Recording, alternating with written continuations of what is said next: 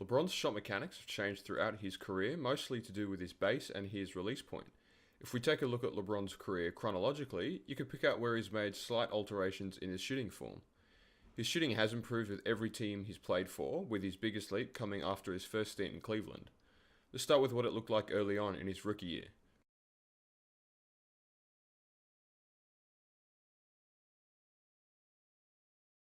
So, look at what he does here. Leads with his right, plant with the left. By this time the ball's at chest height. Huge lift off, ball is over his head. Release point, probably about 70-80 degrees from the top. Pretty high release point. Let's go back a bit. Leads with the right, plant with the left, right foot forward. Look at his body, kind of twisted. Right elbow flared out. Big lift off, feet swaying forward. Feet coming together. Right leg kicks out. Shot goes up. Okay. That was a bit quick, so I'll go through it slow. There's the size up. Right foot comes up to counterbalance for the shot. Since he brought his right foot up pretty late, he's going to be jumping back and left because his launch pad is front and right. Ball's basically sitting on top of his head at the furthest point of the motion. Feet come together a little less, but the right leg's still kicking out, and that puts pressure on the left leg. Landing motion. Super imbalanced, makes for a pretty inconsistent shot. Hands come down quick. Lets him sway. Makes for an inconsistent shot as well. Should be holding his hand up top in the cookie jar. He gets better at this later in his career. Leg's still kind of awkward there. One more. Okay. So let's go through this one. Size up again. Planted. That's the difference with this one. Both feet planted flat. Rise straight up, body is straight up and down. Feet not nearly as much sway. Right foot still forward a little bit. Nice high release point. That's a much better looking shot. Elbows still out a little bit. Release hand follows the ball all the way up until the very last second release.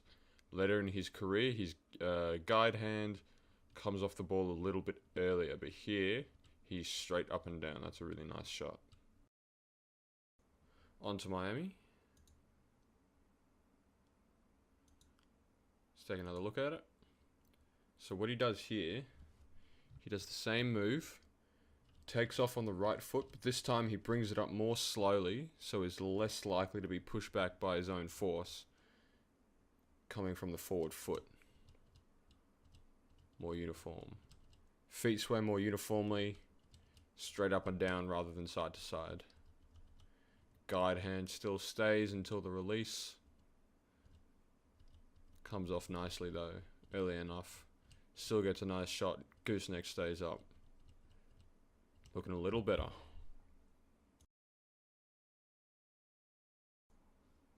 With this one, go through it. Here's where it starts getting really nice.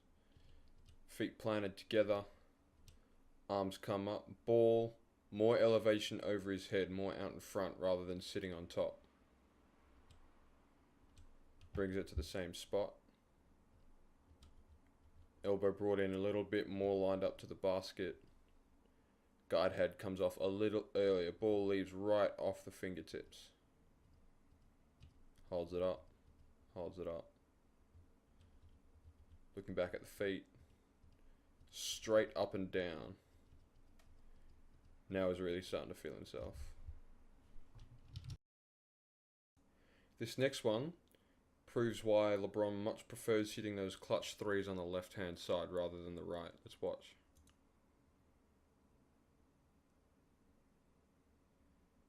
Okay, there's the telltale sign.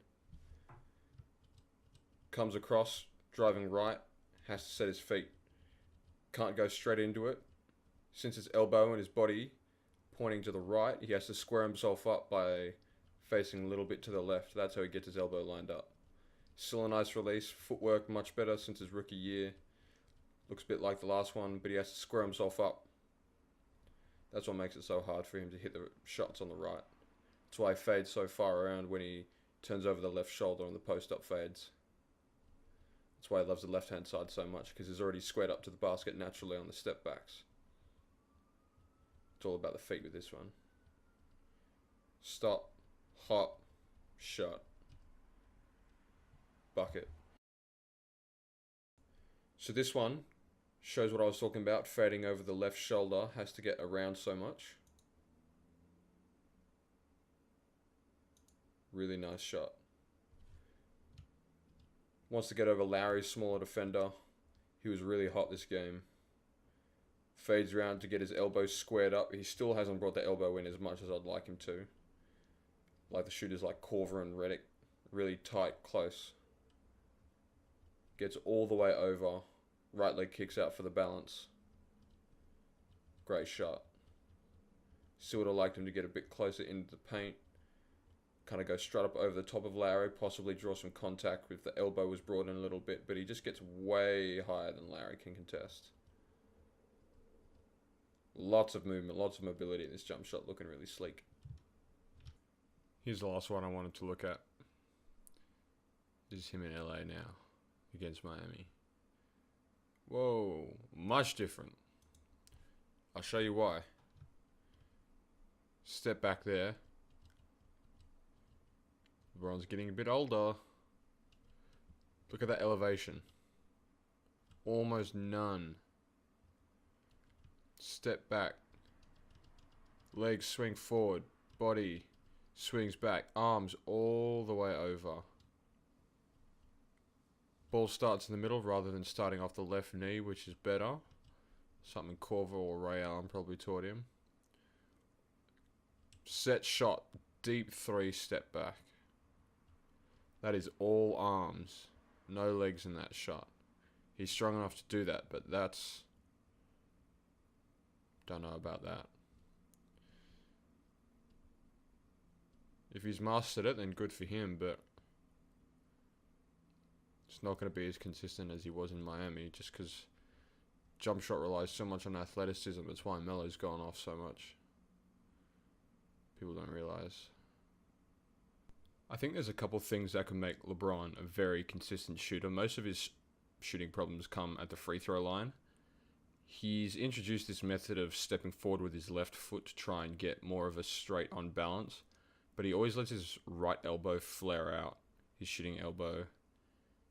I think what might help him a bit more is if he would bring his elbow in a bit, shoot more over his right shoulder, bring the ball more over his right shoulder as opposed to over his head. He gets the ball up really high, and he doesn't ever really have the same release point, which makes it a bit difficult to keep it consistent. All of his free throws, this is a problem with lots of big men. Their free throw is all arm, no legs. You look at brilliant free throw shooters like Steve Nash and Steph. It looks super effortless compared to LeBron, which looks like a trebuchet. So I think that might be of big help to him shooting free throws. In terms of the long range step backs, he's shooting a lot more of those in LA. He's shooting a lot more of the deeper threes, and he's hitting them. But if you look at his mid ranges, a lot of it's on the post-up fadeaways as opposed to pull-up mid-ranges to someone like Kobe or Jordan, which were more likely to shoot. And the reason that is because he likes to fade over each shoulder, and he's gotten used to kind of the rhythm and the timing to be able to shoot with his elbow already lined up to the basket, but he'd be able to do that much easier on all types of different jump shots if he were to bring that elbow in a little bit. So I think that's the number one thing. LeBron's still a brilliant shooter, but he could be an all-time great shooter with his work ethic and just bringing that elbow in a little bit.